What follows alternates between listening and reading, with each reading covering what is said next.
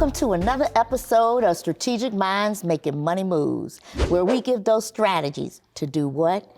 Make that green rain. Today, I have to tell you my heart is full. And it's full because I have a very, very special guest with me today. Not only is she my girlfriend, she is my soror, she is part of my mastermind. She is one that I look up to. So I hope that we're able to share some things today to even get you more excited. This is Karan Ferrell-Rhodes. She is the CEO of Shockingly Different Leadership. And we're going to talk a little bit about a nonprofit arm. Welcome, Karan. Well, thank you, Vicki. So happy to be here. Well, I'm glad you came. Would you share with the audience a little bit about your business? Sure, I'd be happy to. Well, Shockingly Different Leadership, and we call it SDL for short because that is a mouthful, but we are a human capital consultancy that provides organizations with high caliber strategic talent as it relates to human resources, talent development, and organizational effectiveness. So we love to help corporations up-level their leadership acumen and optimize their workforces to do their best work. All righty. Boy, I tell you, it sounds like you got a great business here. Oh, I love it. Oh, that's awesome. Awesome. With lots of opportunities and moving forward, what a difference you're making in our leaders for tomorrow, and continuing with the leaders that we have today of upskilling and giving them additional competencies. It's one thing when we say that we're growing leaders, it's another one to actually see it in fruition. So thank you for all that you're doing to help others. Oh, my pleasure. So why don't you tell us what you'd like to talk about today? Yes, well, I am extremely thankful for, especially the last few years, our company has been able to have an unprecedented level of success. And as you know, giving is always important to me. And so we are now at a point that we are considering opening up or starting a nonprofit arm of SDL. And we're at the very beginning stages. And I just wanted to explore, number one, whether it's the right thing to do, and number two, to test my thinking. And I know you're one of the best strategists around, so I thank you for the time and the brainstorm. No problem. Why do you want to start a nonprofit? I really want to give back to the community in different ways. I don't think there's a person that's ever held a position that has felt 100% comfortable in their leadership skills and at their employer and their organization. And I'm a LinkedIn fanatic, and I always see people posting about wanting to develop stronger leadership skills or being very uncertain. And I wanted to be able to provide support to those who do want to up-level their leadership acumen. And we wanted to provide support in different areas. So we wanted to provide scholarships. We wanted to provide tuition for those who want to go to their professional conferences. We also wanted to help some of the underserved, like adults returning back to school. So there's a variety of aspects they're all in that leadership realm, but they're specific segments that we want to make sure that we carve out to help support. And then quite selfishly, and I don't even know if this is able to be done, but I'd love to leave about 10% for what's current and that we want to give back to right then and there. So maybe it's a national disaster that we want to be able to support or something like that. But probably 90% in the leadership development realm and 10% in discretionary, if that's possible. Well, that's always possible. And I will tell you that this is very, it warms my heart a lot. When I hear this, and I'll tell you why. I've been doing a lot of reading, and I heard from the Entrepreneur magazine that every entrepreneur should have a nonprofit. Amazing. It should be automatic. Really? And the reason that you do it is that nonprofit represents goodwill. Mm-hmm. And every organization wants to understand what their vendors are doing around goodwill. Mm-hmm. And the other thing is for every organization that you support, that's around the leadership, that believes in that leadership, is also an arm that can help you to support what you're doing in your nonprofit. Absolutely. Now, there are a number of steps that you first need to go through as you're beginning to think about a nonprofit. And it was interesting that one of the first things they said, I said, I would do that before I formed a nonprofit. And one of the things they talked about is you need to get board members. You got to have 3, and they cannot be related to one another.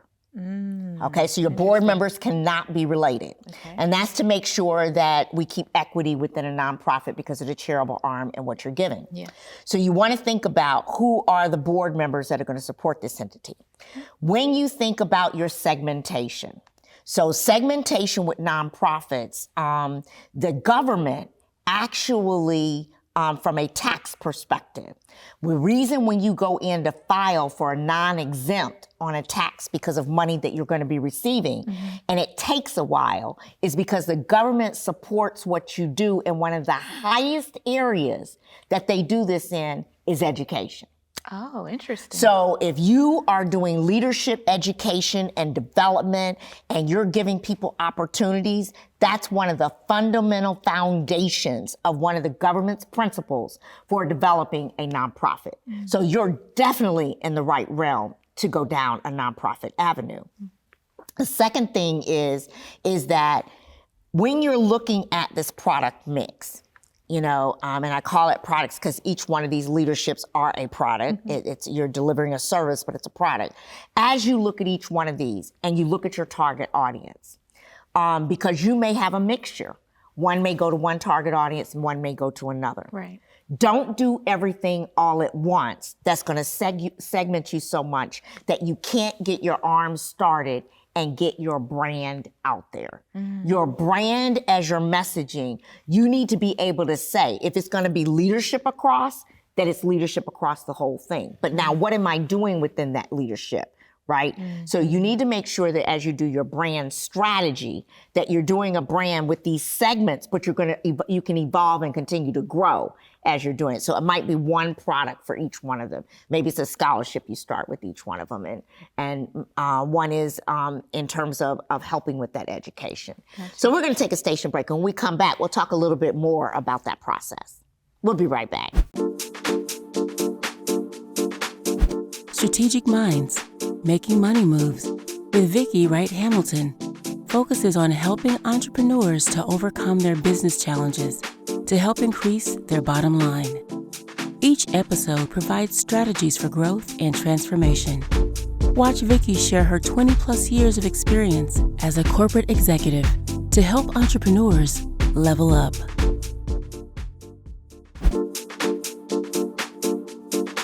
Welcome back. So the other thing, Karan, is that the research has shown that the most successful nonprofit arms that are associated with entrepreneurs are those nonprofits that intertwine what they're doing from their business to their nonprofit side, but it is a mission critical to the customers and clients they serve. So, for example, if a company says, our philanthropy is giving back to the underserved. We really believe in giving to the underserved. And they may be in a particular functional area. It might be, I want the underserved in film, or I want the underserved in production. When you come in and you say, well, we can help you with your underserved and give those people that are going into film or production the leadership capabilities to move forward. We can give them those skill sets to be successful. We can give them the competencies that they need. What a lot of times happens is some of these companies have their foundation arm, and they'll want to support each other from the foundation to what you're doing. Right? So I think you have a great opportunity here in terms of that, process. I think you hit on something very important too, Vicki. That was so insightful. Because the other thing that I did read is that other nonprofits will give to your nonprofit if they are not able to contribute in the way that, or deliver the services in the way that they want to, but they support your vision. So it's only for nonprofit to nonprofit contributing. So, Correct. So with that and with other companies, you're right. I think there's some great partnerships that could be forged. Yeah, and as these nonprofits are giving to other nonprofits, and you see where the marriage is, yes, right? So what you're doing and your mission and what they're doing and their mission. You know, we have nonprofits out there that specialize even in the underserved with technology, that are underserving with girls and technology and things like that. Right. But we don't have the component that's on top of it is leadership, preparation, skill sets. How do we do that? You marry those two together and you can support each other from one nonprofit to another. So absolutely right. Absolutely, in terms of moving forward. Have you thought a little bit about where you want to serve? Is it locally? Is it nationally? Is it globally? What are you thinking about in terms of your target audience? Great question. You know, I always think in a world of possibilities. I'd love to impact globally, but I'd like to take baby steps to do that. So I'll probably, definitely start locally to start with as a dip, the toe in the water. I want to get my team involved as well to let them be passionate and make suggestions about where we can make impact, and then probably expand it nationally. That will be phase 2. That's awesome. Yeah. That's awesome. And I think that's right. You crawl before you walk. But the only reason I asked that question is that you can plant seeds for where you want to go globally if you start with constituents that already have a global presence. Oh, tell me more. So if you, for example, if you're going to do, let's say you're doing something and your leadership and Coke is a sponsor. Well, Coke is global, right? So your ability to be able to say, look, I would like to be able to offer this program in all these many different countries that they're in, that I want to do this internationally. I want to have a global presence. Yes. I would like to present an opportunity to do that. So I think companies that already have that global presence can get you a toe in the door. So you start locally, right? We go nationally, we go globally, but we're able to elevate and grow within that organization as we're continuing to move forward. And trying to make that happen. Karan, as you are, and not to mention, let's talk a little bit about the financial side. There are a lot of tax benefits to doing this, right? Yes. From a business but a lot of regulations too, though, right? I was just getting ready to say. You absolutely said it. That, we talk about the tax benefits, but there are regulations that you have to follow in terms of being able to do that too. And you're already astute in those kinds of things because I know that you do a lot of things already in those realms. So you understand. But I think for our audience, helping them to understand that there are regulations that you have to follow and you have to go through as you're going to continue to expand. Now, are you looking to hire more people to do this nonprofit? Are you thinking this nonprofit would be run just by volunteers? Tell me a little bit about the organization structure that you're contemplating as you're putting these programs together.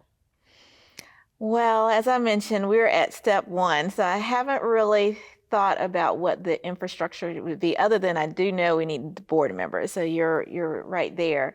But if it has the reach that I envision and hope and pray it will go, definitely would need some assistance, probably a few volunteers. I'll call in some favors for some friends, wink, wink. But then I think eventually to have the right infrastructure, you're going to have a staff around that as well. Okay, so I just encourage you as you begin to plan, even when you take step 1, we all have to understand what is going to be the blood of our organization, right? And even though you get the board together and you're talking to them and trying to get business out there and trying to let people know about you, there are nonprofits that run strictly off of volunteers. They don't really have a staff. Right? But then when you think about your business part and people already have business jobs and what they're doing, et cetera, it's all about that time and prioritization and all of that too. But I think it's important to understand that structure because you need to understand how much expense money you're going to really need. Good point. There's another misnomer is that a lot of people think that nonprofits can't make a profit. They can make a profit, right? Right? But they just take that profit and put it back into the nonprofit. Exactly. You know, but hear us now. They're able to make a profit, but they just put the profit back into the business of what they're doing, because that's what becomes so important, which is why you get the tax exempt when you get ready to do that. Right. We're going to take a station break and see if we have a question or a comment from the audience. We'll be right back.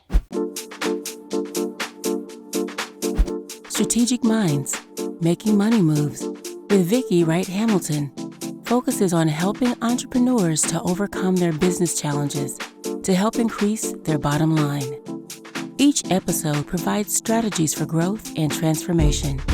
Watch Vicki share her 20-plus years of experience as a corporate executive to help entrepreneurs level up.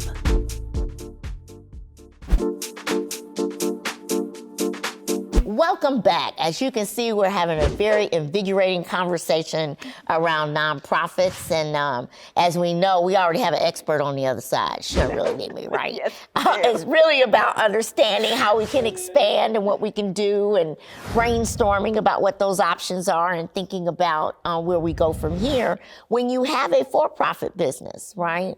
And making those things happen. Let's see if we have a question or a comment from the audience. My name is Monica McCoy, and I'm the founder of Monica Motivates.